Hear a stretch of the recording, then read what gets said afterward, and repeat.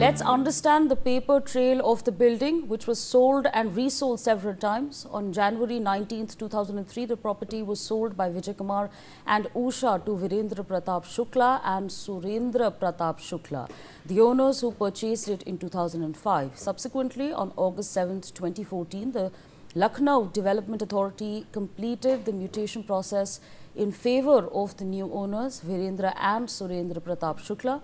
The building, spread over approximately 1,992 square feet, was later granted approval for a residential use building plan on August 20th, 2014 under the self-certification scheme.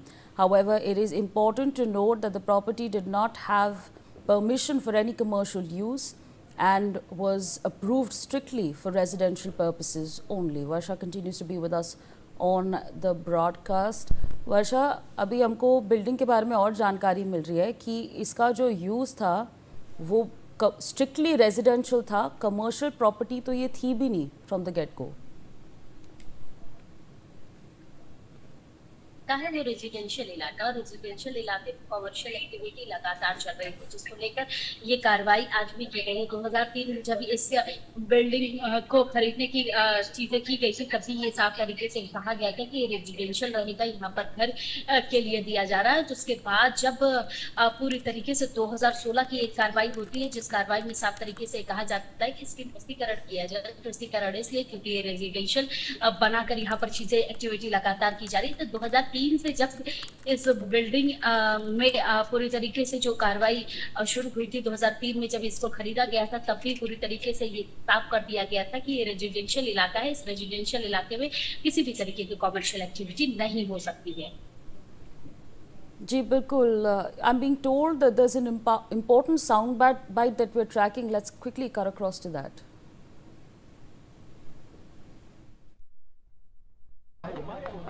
Sir, इस घटना को लेकर क्या कहेंगे? आप SIT की team के सदस्य हैं, आए हैं मौके पर।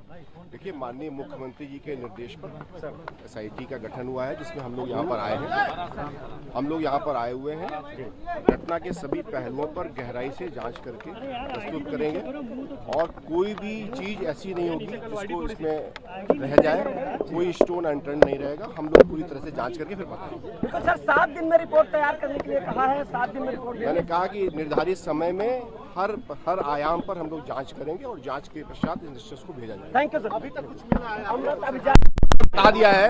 देखिए, एक minute,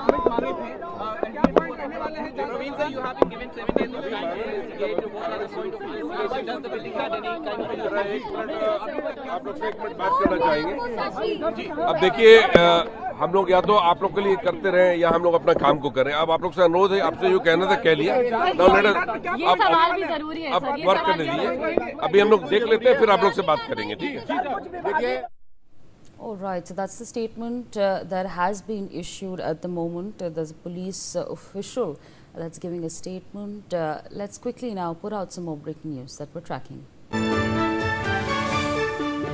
In a development related to a case of alleged unauthorized construction